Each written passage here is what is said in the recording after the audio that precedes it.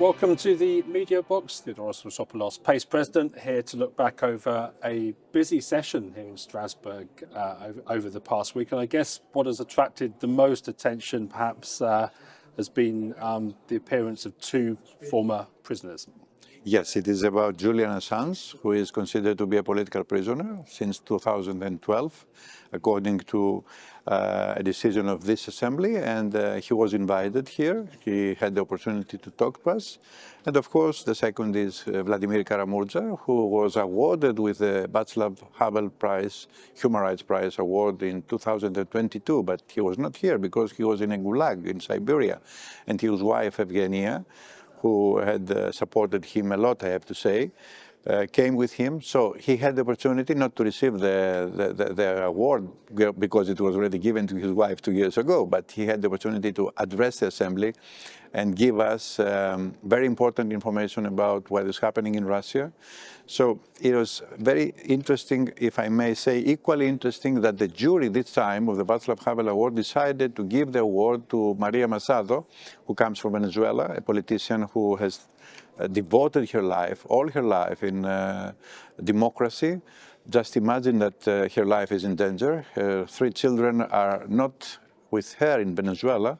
I had the opportunity to talk to her not only after addressing the assembly, but videotape a vodcast with her, as I did with Vladimir Kara-Murza, which, for those who are interested, are in PACE site. And I think that this was a very interesting session, and a session which didn't look like that would take such publicity, which you already mentioned. But as far as I know, the figure shows that a lot of media from all around the world have decided to pay attention to what happened this week here, especially with Assange and Kara-Murza. And what did this assembly have to say on the Assange case and on other issues that have been discussed this week? On the Assange case, it is clear that the assembly has decided that he was a political prisoner.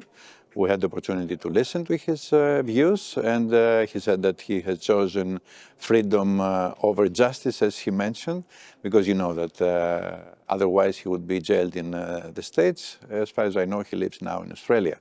In other issues, if I may, I would like to point out, of course, that we always discuss about what is happening in Ukraine, and I had the opportunity this week to meet with the families of missing persons because of the war.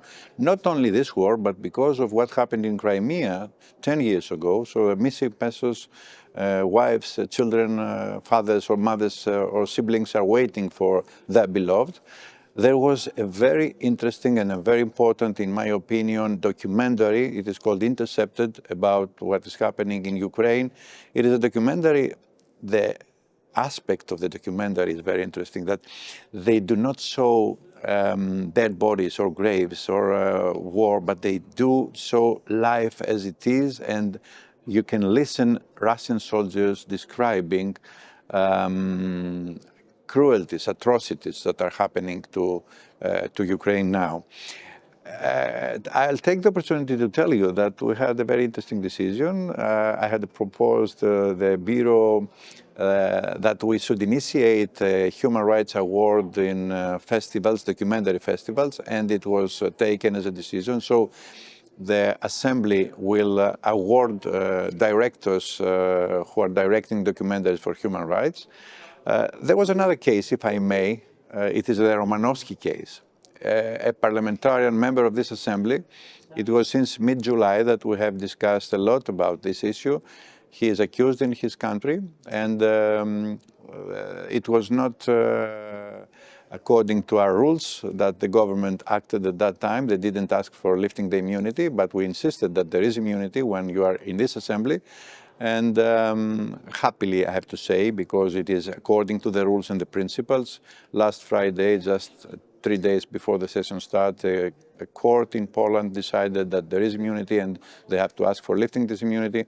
We discussed it in a very polite atmosphere. Of course, not all parts, all political groups agreed on that, but Romanovsky's immunity was lifted, and we will see what's happening there, because this assembly, as every assembly in democracies, provide immunity to its members.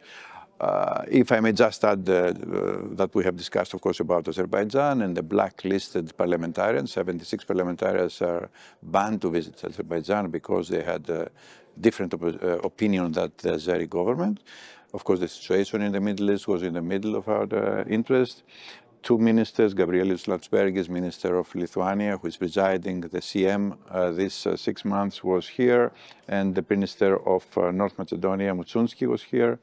There were a lot of other issues, but I don't want to take much of your time. It was a really interesting session. I just want to take the advantage and say that more and more the visibility of the Council of Europe is something that, as you know, we are seeking to, but it looks like we are approaching figures which we never had in the past. A lot, hundreds or thousands of publications, not only in European papers, but especially with Machado on the other side of the Atlantic. And a lot of eye-catching events this week, as we've been saying. Theodoros Rousopoulos, thank you very much. Thank you.